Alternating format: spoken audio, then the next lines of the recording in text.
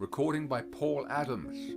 The Art of Public Speaking by Dale Carnegie and Joseph Berg Esenwein. Section 40.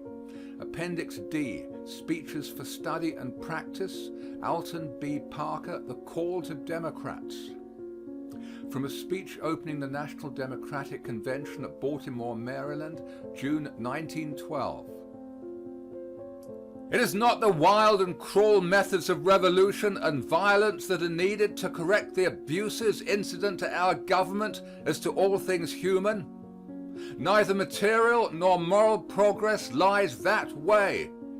We have made our government and our complicated institutions by appeals to reason, seeking to educate all our people that day after day, year after year, century after century, they may see more clearly, act more justly, become more and more attached to the fundamental ideas that underlie our society.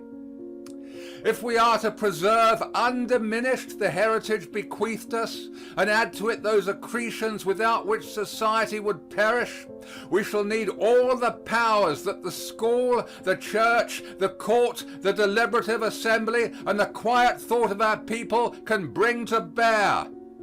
We're called upon to do battle against the unfaithful guardians of our Constitution and liberties, and the hordes of ignorance which are pushing forward only to the ruin of our social and governmental fabric. Too long has the country endured the offenses of the leaders of a party which once knew greatness. Too long have we been blind to the bacchanal of corruption. Too long have we listlessly watched the assembling of the forces that threaten our country and our firesides.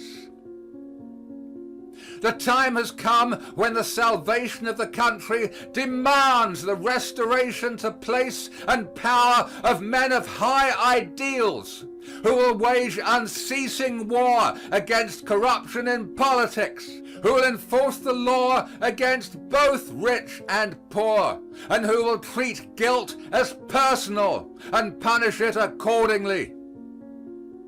What is our duty? To think alike as to men and measures? Impossible, even for our great party.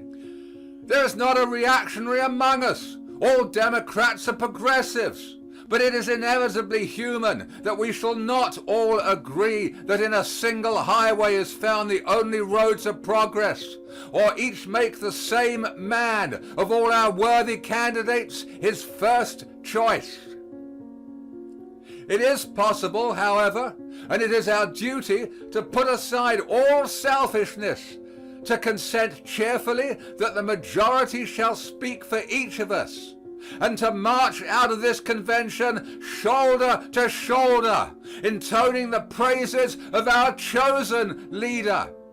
And that will be his due, whichever of the honorable and able men now claiming our attention shall be chosen. End of section 40.